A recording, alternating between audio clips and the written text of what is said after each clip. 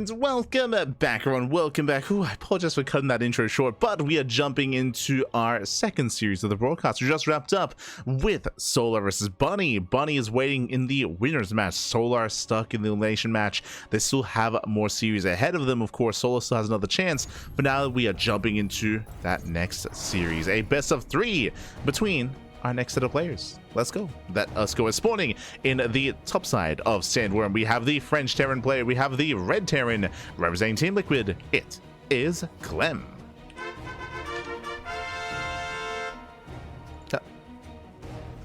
Clem. And spawning in the bottom left-hand corner or bottom side, we have the South Korean Zerg player. We have the Blue Zerg representing Team Falcons. It is Rogue.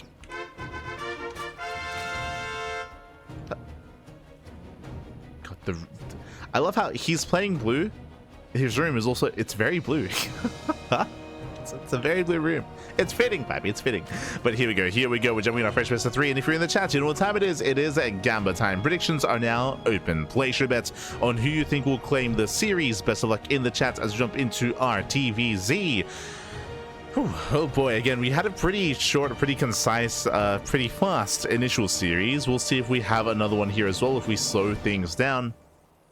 We'll see how Clem will embrace this matchup, especially coming to a map like Sandworm. Sandworm is an interesting map in the map pool. Of course, is one of the older TLMC 20 maps which did not make the cut, did not make it into the tournament or into the main ladder map pool, but has been chosen to be featured here in this tournament once again after quite some time, and is picked first in the series. Let's go. Let us go. When it comes to the rush distance by ground, it's pretty short rush distance by ground. We have these goal bases that can be taken as a third. There are rocks to delay, but to be honest, it doesn't really delay by much. It doesn't delay by much. The third bases are usually taken quite quickly here at the gold location, and to try to engage here, we have these center pillars, these center dragon's teeth, if you will, worm teeth, if you will, and these cones are interesting. I would say they're more interesting than the Pachinko machines in Neon Violet Square. Here, only smaller size units can actually fit through these cones. Otherwise, I have to go the long way around, and engagements can be affected by this as well, of course. So we'll get to it if we do get an engagement in the center of the map. Likewise, we have rocks to be knocked down. As for now, we're settling in. So far, hatch gas full, standard opener out of Rogue.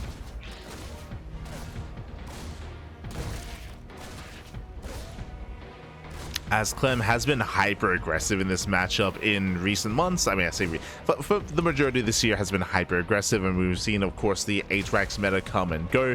We've seen a mech out of Clem, of course, as well. For now, we have a third CC before Starport, so economic opener out of our Terran player here.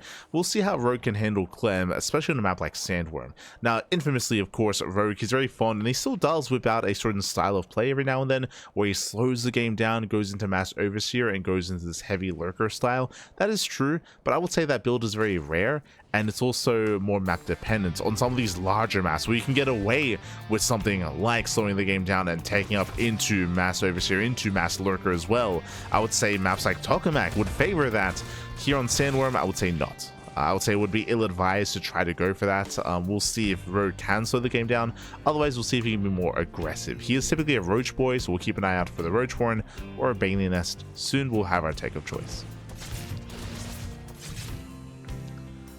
As the Reaper does dive in, gets behind the middle line, confirming no fast tech, confirming no shenanigans. As the Reaper will even get away, Hellions into the natural. Getting a couple of drones, about 3 drones. Ooh, 3 drones go down for a Hellion. Very nice trade here for Clem. As Clem pulls out, behind this, getting into more Hellions, into Banshee play. There's the add-on swap. Oh boy. Color scheme, yeah, I feel like their rooms are fitting with their colors. Unironically. We spoke about Rogue being a Roach boy. There it is. Roach Warren gets thrown down Eva Chamber as well. We're ready for a full wall in case it's a Hellion dive. Rogue is going for a safer start with a Roach start. I say safer, of course. Solar did attempt to go roaches in game number 2 against Bunny, but he was caught being too greedy. Remember, he went for an infestation, was taking it to Hive Tech, and he got shut down as he was teching as well. I mean, there's so many factors that came into game 2 of that Solar versus Bunny series. Here, Clem versus Rogue, we should be seeing just safer play out of Rogue. He's got +1 carapace on the way into Roach play, into slowly, eventually a 4th base, into a more Roach heavy style is what we're expecting.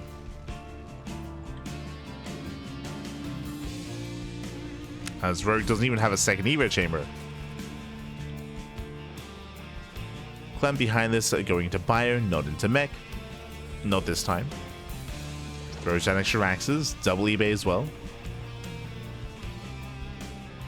I should emphasize these, the double eBay setup here is actually quite fast. So earlier double eBays getting to a 5 rack setup, and I feel like we're actually setting up for an 8 racks. Oh boy. We'll see if that's the case. As we're going to have a very strong 1-1 timing and an even stronger 2-2 timing. So we'll keep an eye on the additional Raxes. I mean, again, Sandworm wouldn't be a bad map for it just because of the size of the map itself. Hellions poke in, they shave off more Lings. They, of course, confirm the Roaches. Banshee towards the gold. And can we force a cancel? We can! The Queens, no! The Queens are stuck. Queens don't engage, and that is going to be a, hopefully a cancel. No, that's a kill! That should not have happened. That's a kill, not a cancel. At the same time, Hellions, they were distracting in the mineral line. 4 drones go down. That is a brutal loss already here for Rogue. Ay, ay, ay. Solar, he was forced to cancel his base twice. Here, Rogue, his base was killed. Again, at the same time, 4 drones did go down at the 3rd. Rogue was otherwise distracted. And that is a rough start for Rogue. Oh boy. Now behind this, he's going into range. This tells us he wants to commit into Hydras, eventually into Lurker Tech. There it is. Hydra is on the way. Infestation bit. He does want to go into Lurkers. So Rogue, his win condition, his goal here is to slow the game down to get into Lurkers. Meanwhile, we spoke about the timing of the double eBay and how it looked like an 8 racks. There it is. 3 more Raxes. 8 racks. 3 base all in. So 3 base all in out of Clem, which means he's going to double down. He's going to be hyper committed, hyper aggressive. The goal here should be to break the 4th for a 2nd time and to keep on pushing from there. To just keep on pushing, keep on going. Clem, he's setting up. 1-1 is about to kick in. Bearing in mind that it's not just about 1-1. We have the 2-2 timing after this as well once all these Raxes do kick in. Clem, he has momentum. He has momentum. The aggression is on. He's moving in. From here, he'll be able to trade well against the Roaches. Trying to get on top of the tank. Yeah, more Roaches going down. Comes in for the surround. The Ravagers fall as well. And Clem, he breaks through. He breaks through. We spoke about it. He wants that expansion. He wants the hatchery. Can he get it? Queens, they come in from behind. They get on top of the 2nd tank. Oh, good with the Ravager. Yeah, another Ravager goes down. Rogue, he's barely holding on. But remember, this is the first wave. At the same time, Hellions, they bust into the mineral line. 4 more drone kills. Thankfully, Rogue, he does pull away. It pulls away in time. Nice reaction, nice defense. Now, bearing in mind, this was only the first push. This was not the 8 racks. This is the 8 racks.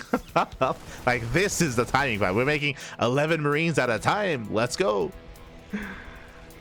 Clem is pushing. And again, the rally should not stop. The rally should not stop from here. The tanks are getting a little bit choked up here on the Dragon's Teeth, on the cones. Now moving forward, there's no Ravagers. Remember, the Ravager count was reset, so 0 Ravagers left. And Marines, they can just stim. Yeah, he can just stim and win from here. Tank blows on the Roaches. All the Roaches go down. Hydras are exposed. And Rogue, he shouldn't be able to hold from here. He's trying to, though, but the rally is too much. The rush distance by ground is too short. And Clem will overwhelm. Clem, he will overwhelm. GG gets called. Clem, he will take game number 1. Whew. GG. GG, well played. A very, very strong start here for Clem. Bearing in mind, a lot did go well for him. 1, the map itself does favor 8 racks, as we spoke about the size of the map. We spoke about how that does strengthen the intensity of something like a 3 base all-in, for sure. But more importantly, the death of the 4th. The death of the 4th base, that was a brutal, brutal start. Losing the 4th base early on, as we mentioned, it's actually quite similar to what happened to Solar. Very, very similar. You lose the 4th. It is so difficult to defend against these timings without that fourth base, just because of the lava, just because of the production, more importantly. I mean, the lava, the production go hand in hand. The economy, the creep, the setup, it was just a really, really rough start. That was kind of one of the first dominoes to fall. I say one of the first because, of course, drones were also going down as well. That's why the base had fallen, as Rogue was otherwise distracted. GG well played. The setup for the push was brutal and set Clem up for success. GG well played. With that, we're now getting into our next game. With that, we'll see if Rogue can make a series out of this. We'll see if Clem can close it out here and now. Game 2, Tokamak. Now, what I will say about the veto process and the map order, you can see them here. Sandworm, Tokamak, Maganatha. Sandworm, that's Clem's map, 100%. Like, the smaller the map, the more favored it's going to be for a player like Clem. On these larger maps, though, on a map like Tokamak, and I would say Maganatha as well, this is where I lean more towards the Zerg player. This is where our Zerg player should be a little more comfortable when it comes to securing a fourth base. But we'll get there. As spawning in the top right-hand corner of Tokamak, we have the French Terran player. We have the Red Terran representing Team Liquid, leading the series 1-0. It is Clem.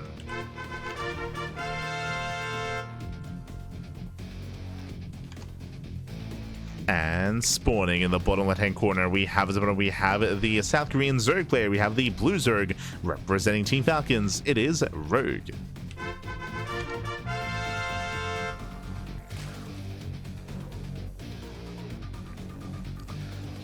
We go. And welcome one all to Tokamak. Tokamak is one of the larger maps in the map pool. Likewise, also has a very defendable 3 and 4 base setup as well. Just because there are less avenues of attack, we do see the area in between the bases completely closed off by these rocks, so there are less options, and it's a little bit easier to rotate between your bases. They're closer together as well, so a 4 basing player is a little bit more favored here. But before we can even think about 4 bases, I do like this. 2-rank Reaper. 2-rank Reaper out of Clem. So Clem, early on, he wants to gain momentum. Early on, he wants to try to make Rogue as uncomfortable as possible. So bear this in mind, 2-rank Reaper is not an all-in. This is not an all-in. The purpose of this build is to delay the third. In the previous game, a big setup of that was denying and delaying the 4th base. Here, all about the 3rd. Reaper's going to be moving out. The goal here to contain Rogue on 2 bases for as long as possible, while Clem builds up into a stim timing with 2-1-1. As of course, after this we'll get into reactors, tech labs, stim, bioproduction into the follow-up push. Typically, there are some niche builds where you can open up 2-rank Reaper and this leads into mech. True, like that is something that players like Cure, for example, have been messing around with. Meanwhile, oh my god, speaking of early aggression here, my eyes are on Clem, but Rogue blindly staying in gas, skips link speed, roaches. We're going for a roach rush instead. The Overlord did confirm, true. Overlord did confirm what was going on. And Rogue is responding with roach aggression. Now suddenly the pressure's on Clem not to scout for a 3rd, instead to scout for the tech for the Warren. But now the Reapers are poking in. They're poking, they're prodding, they're rotating, they're checking with the 3rd base. Dip into the main. Queens are somewhat in position, but Reapers, they get in. They do get in. Lings, they try to bypass. They will cut them off. Yeah, nice deny here from Rogue. Again, just ensuring there is no scout. So far, Rogue does zone away. Pappy, it's 4 AM again. Link's going down. Roach production has begun. Reapers, they bust in. And they once again do not get into the main base. Behind this 3rd CC. Yeah, 3rd CC is on the way. Clem is being greedy. Roaches are revealed. Now he knows, and he needs bunkers. He needs bunkers desperately so. He has add-ons on the way. Again, because he didn't know what was happening, he was wasting time on add-ons, wasting time on a 3rd CC. And we'll see what these roaches can accomplish. It's go time. Roaches are moving out. We have a 2nd bunker on the way, so 2 bunkers on low ground. They're going to be behind the production, so the production is exposed. Rogue is moving in. Nice delay. Throwing down the KDA charges. Delaying the push. Back at home, Rogue, he is droning. He's not all in. He is droning up. Cyclone does swap out. Yeah, the Cyclone tank is on the way. Oof. Sparks are connecting. Going for the reactor. Reactor goes down. Takes down the reactor. Again, just disrupting the production. Behind this, Rogue is expanding. Rogue is droning. Oh, we'll lose a roach. We'll lose one of his roaches. And the lock-in is broken once again. Gets another roach though. The tank has arrived and Rogue, he's overextended. Yeah, he's overstayed his welcome. He's gonna lose everything. Oh, good. If he was able to escape with his army, that would have been fine, but he will lose every roach and every ravager as well. Expensive losses there for Rogue, as that should not have happened. Rogue losing 5 roaches and 2 ravagers for what? For a reactor, 2 marines, and a reaper. Bearing in mind that, remember, Clem, he got away with a 3rd CC. He's already landing. He's already landing his 3rd base on location. Rogue, his own 3rd base isn't even done. For the Terran player to be on an equivalent base count as a Zerg is brutal. Typically, the Zerg wants to be up a base. That's not happening. So Clem, he takes a lead. Clem takes the lead, but do you see what I see? Rogue, he's not droning. Rogue, he has the base. He's not droning up. He's got link speed on the way. He's got 18 links in production here. Rogue, he's massing up a massive army to not just deal with this push, but it looks like to counterattack as well.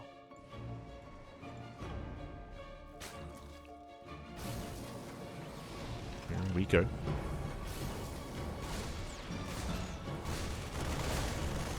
Clem does move in. Tank volley is going off. Clem is wedging himself in between the 3rd base and the natural. This base will go down. At the same time, we're going for the base trade. Yeah, we're just avoiding the main army. Lings, they get across, they get a surround. The repair is not in time. Yeah, boys are being pulled, but alas, too little, too late. And here come the roaches, here come the ravagers. We come into the base trade. Clem, he's racing back home. Clem turns around. He didn't kill the base. Uh-oh. Didn't kill the expansion. Didn't get much damage done at all. SCVs are going down. More ravagers morphing in. And Rogue, he may have just done it here. As he's not done, he's killing more SCVs. Yeah, kill the miles. Oh my god. Yeah, so many SCVs going down, collapsing on the Marines. Remember, these are stimulus Marines as well. And GG gets called. GG gets called. Clem just called completely out of position. He raced back home, did no damage across the map, but came back and everything still died anyway. GG. GG, well played. Whew. With that, we have a series. We have a back and forth. GG. GG, well played. Honestly, it was a disastrous start. It was a disastrous start for Rogue, and this game would have been completely different if Clem stayed at home. If he didn't push, if he just stayed at home, if he took his lead and he just ran with it instead. But Clem, he wanted to break the 3rd. He wanted to break the 3rd base, and I mean, there would have been a chance for Clem if he had just committed to the base trade, for sure. If he had committed to the base trade, then things would have gone very chaotic. Of course, he could lift, he could evacuate. Would he have had enough to actually break the natural and break the main base? Hard to say. I think he could have broken at least the natural expansion, but of course he chose to come back home, and alas, he didn't really have anything to work with. GG. GG, well played. So in the chaos, Rogue, he does bring it back, and now we're going all the way to game number 3.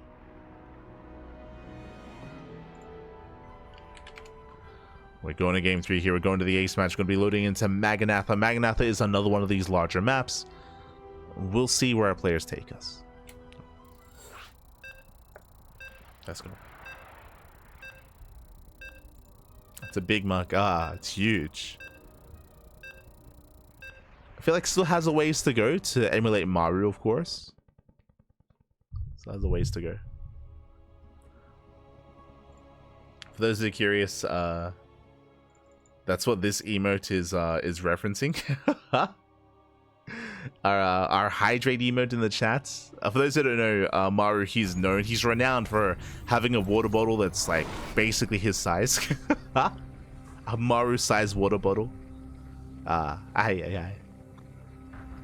That he would drink from. But here we go. We're getting into the ace match, and spawning in the bottom right hand corner of Maganatha, we have the South Korean Zerg player. We have the blue Zerg tying things up, forcing the ace match for Team Falcons. It is Rogue.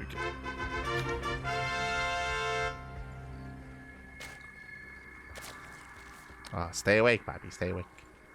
And spawning in the top left-hand corner, we have as opponent, we have the French Terran player, we have the red Terran. For Team Liquid, it is Clem.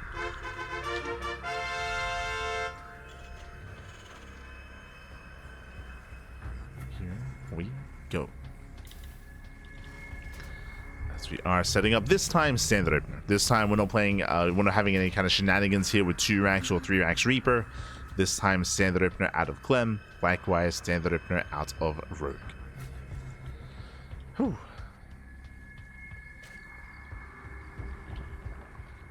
Clearly we need a car-sized water bottle. Ah, no.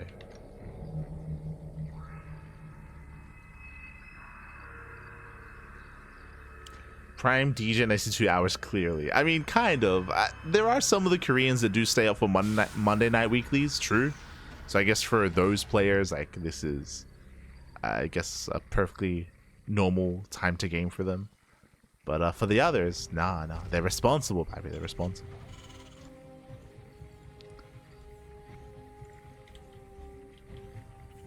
Hey.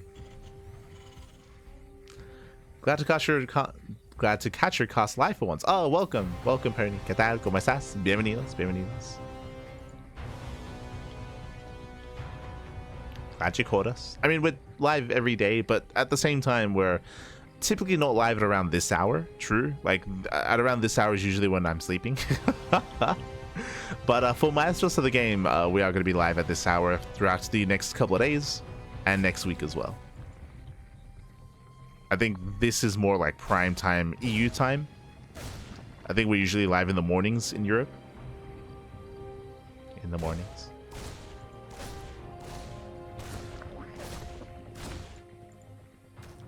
Ooh, as Clem will delay both third bases. Yeah, Reaper on the left, SCV on the right. It's very, very annoying here, and Rogue's third is going to be delayed.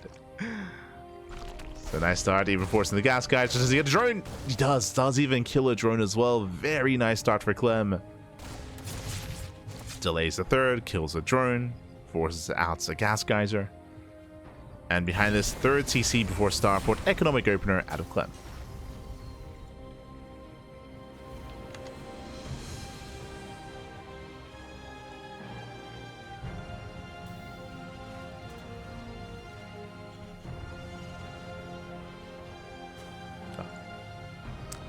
Here we go. From here we are going to be joining up, but we do have, a 3cc 2-on-1. Let's go. So not a standard follow-up here. It was economic, that is true, but this is going to be leading into an early stim timing. So this means no add-on swap, no Banshee play. We're going for early stim, going for early marine production, into medevacs, into drop play. Now this does hit later than a regular 2-on-1, but this is still going to be quite a hefty stim timing, and we'll see how Rogue does decide to open up as well. We have seen him play Roaches twice now. You know, Roach play is typically Rogue's go-to in ZVT, so we expect to see Roaches again. We'll see if he cuts corners. We'll see if he decides to play Ling Bane. We'll see if he is more tech heavy. As for now, the Overlord is going in. Crucial here for him to scout. There it is. Roach Warren gets thrown down. No surprises here. Again, he's played Roaches every game so far. Roaches once again. And the Overlord will confirm the early stim. He knows. Yeah, he sees both ranks, so he's aware of the 2-on-1. With that, we can go for an earlier Evo chamber and prioritize +1 carapace. That would be the most beneficial upgrade. As your Overlord is hunted down. Supply blocks Rogue. Oh. Yeah, brutal supply block. He's got 4 more Overlords on the way to get out of that. Breaks out supply block. There's that Evo chamber. Again, we're expecting +1 carapace. Blair is on the way for a Roach speed. And Rogue has some droning to do. Again, he's free to drone for a little bit longer, as he's still making Roaches against the Hellions at least. There goes 7 more drones. Medevacs are on the way, and then it'll be go time. Now with this 2-on-1 drop, we can hunt down Overlords, we can deny creep, but we could potentially get into Mineral Lines. For the most part, Rogue should be able to keep up. He shouldn't lose anything major. He shouldn't lose any of his economy, I should say. Shouldn't, but we'll see.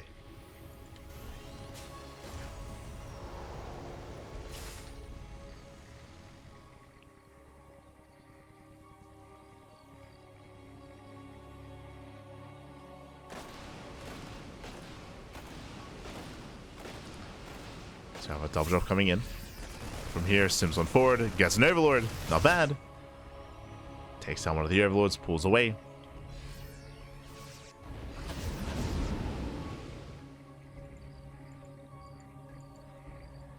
Checking for the fourth. Unfortunately, checks the wrong location. Fourth base is getting up and running. Otherwise, this double drop could actually force a cancel. Snipes an Overlord. Hellions, they push on the right-hand side. Trying to dive into the mineral line. For the most part, Ro16 should be able to respond. And he does respond in time. Good reaction. No major losses. Clem, he does scout the fourth. Is now aware, and Rogue is taking. Rogue is taking up. We spoke about +1 carapace earlier. We have the Balioness on the way. We have the Infestation bit as well, and we'll see if he goes into range or melee. If he goes into range, there's a higher chance he works towards Hydras and Lurkers again. If he goes into melee, there's a higher chance he goes into Ultras instead. And we have the answer, melee. So melee upgrades on the way. So we're leaning towards Hive Tech into Ultras.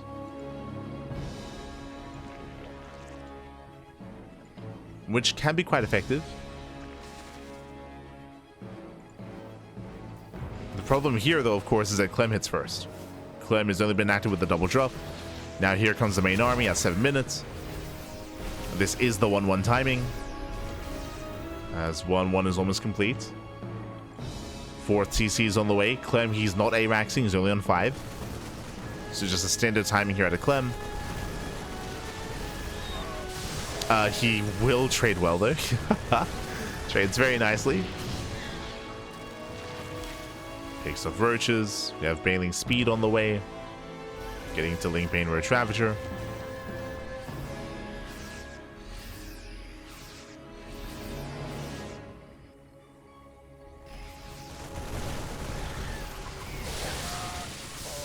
Oh, that's... Yeah, we forced a bit of friendly fire here. Roaches, they do break through. Tanks, they already race back home, so very nice timing there for Clem to unsiege when he did. Doesn't lose anything. Oh, spoke too soon. 2 medevacs get piled. Ay, ay, ay. Dark, is that you? Okay. Oh my god. Snipes 2 medevacs. At the same time, and Clem, he denies the 5th. At least the 4th is up and running. Now, if you recall, I'd assumed that it was going to be Ultra Tech, but I'm going to have to eat my words here, because despite the melee upgrades, we are going into Adrenal, but that is not an Ultra Cavern. That is a Hydra Den instead, more indicative of Lurker play. So it's going to Hydras, not Ultras. Interesting tech switch here from Rogue. We'll see how hard he commits. We'll see if he can get there. I should be fast. Oh, that's a kill, not a cancel. Kills the 5th expansion. So far, Clem doing well for himself. Abusing the lack of anti-air. There's that Lurker Den on the way. Range upgrade is going to be delayed. And Clem is pushing.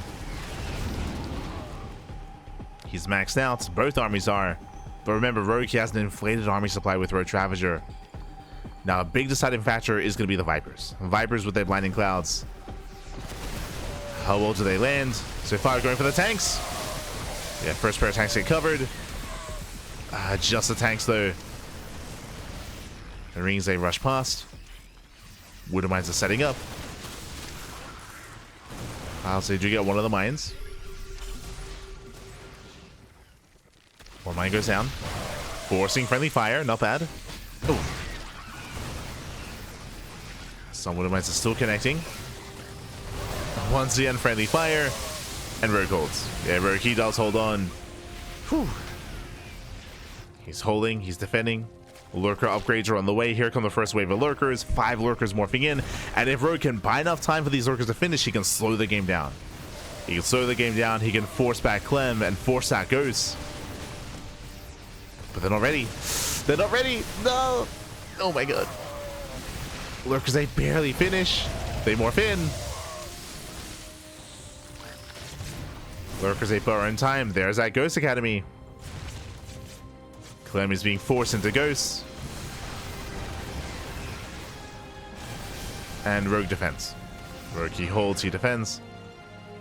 I say that Clem makes his way into the 5th. Dropping at the 4th base as well. Again, for the most part, Rogue, he's keeping up. So that's away the drop. Lurkers, they defend the 4th base. Oh, full medevac goes down to a Spore. You can see Clem, he wants to keep the pressure up. Wants to keep being aggressive. But he's running out of steam. And Rogue, he's getting more comfortable.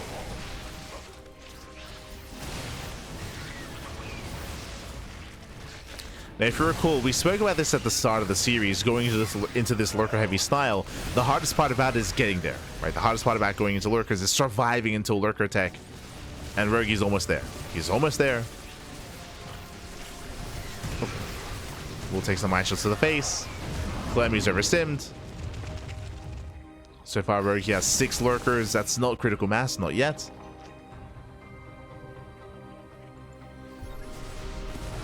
Rogue, he's getting there.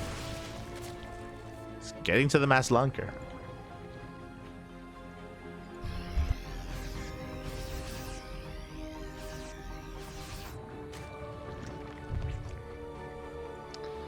Back at home, Clem throwing down more CCs. Again, switching into a heavy ghost count.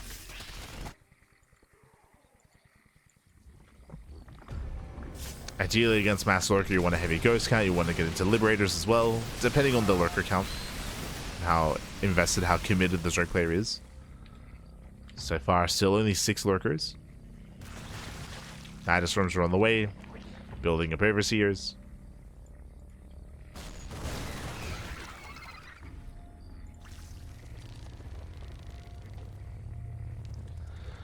I don't think the Rogue is out of the woods yet, just because his lurker count is so low. I still am concerned, I should say, for Rogue. As Clem's army is still quite terrifying.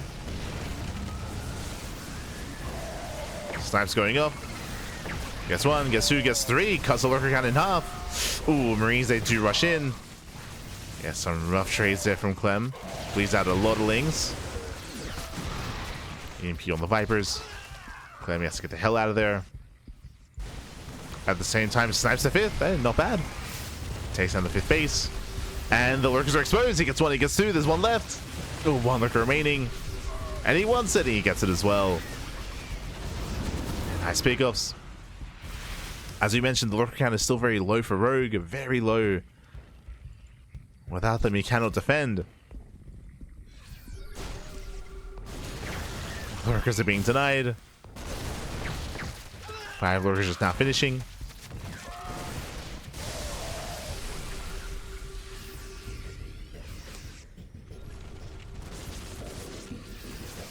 And the snipes are brutal here. Getting another 2 lurkers. Down to 2. Sorry, down to 4. 4 lurkers left. Clem gets another base. And as you can see here, Rogue, he has no map control. He has no creep. He has creep on the right-hand side. He has 1 active tumor that's been making its way up. So 1 active tumor for Rogue. That's all he has. And he hasn't been able to really pressure the bases. Only just now with the Ling round by. But Clem, these bases are left untouched. So untouched economy here for the Terran. He's still moving in. And Rogue, he's still just up against the wall. Still treading water. He's up to 8 lurkers. Getting up to 10. Okay. 10 lurkers for Rogue. Oof. Snipes, they punish the Hydras. Oh god. Snipes are brutal. Snipes, they pop up. Another lurker goes down. And Clem is just out trading. He's just out trading Rogue, just being more efficient. And the problem here is that typically, I mean, the Terran army is meant to be more efficient. That's true. The problem is, what does the Zerg army typically have? The economy, but that's not the case. That's not the case here. There's no economy. GG gets called, and Clem, he will overwhelm. He will take the series 2-1, advancing on to the winners match. GG. Whew, GG, well played. Clem, he killed the 5th base 3 times, I want to say. Was it 3? Around like 3, maybe even 4 times if we count the cancellations. But Clem, he was just on top of the economy of Rogue. Rogue, he had no map control, he had no vision, he had no creep, he had no bases, more importantly. And because of that, he had no bank to work with. He was trading with Clem, but he had no economy to rebuild his losses, to rebuild up, or to build up his lurker count, to actually replenish the army. In the end, Clem did just outtrade, outscale. GG. GG, well played, congratulations. Clem, he will claim the series. He will advance on into that winners match, and we have our TvT. We have our TvT getting ready for us here. It is going to be Bunny versus Clem in that winners match. Oh boy. As you can see here, we have our set of players. So Bunny took down Solo 2-0, Clem took down Rogue 2-1. You can see the winners match is that TvT, Bunny and Clem. Losers match is going to be Solo versus Rogue, and then we'll have the decider match then on forward. Now, before we get ahead of ourselves here, we just wrapped up our first 2 matches. Coming into the winners match and all these remaining matches, best of 5s. These are all best of 3s up until now. From here on forward, purely best of 5. So longer series, more matches, more games, more potential for a back and forth. Oh boy. Also, I misspoke. My apologies. How dare I say TvT? We all know TvP. True. Terran versus Protoss. Clem, he has not played Terran in a TvT in a very long time. I want to say almost a year. It's been almost a year since then. It was December of 2024, which is the last time he played a TvT. So it is going to be a Protoss versus Terran matchup instead. We'll need a moment though, so we're going to be going on a short break. When we come back, we'll have that next series. See you soon. See you soon after the break.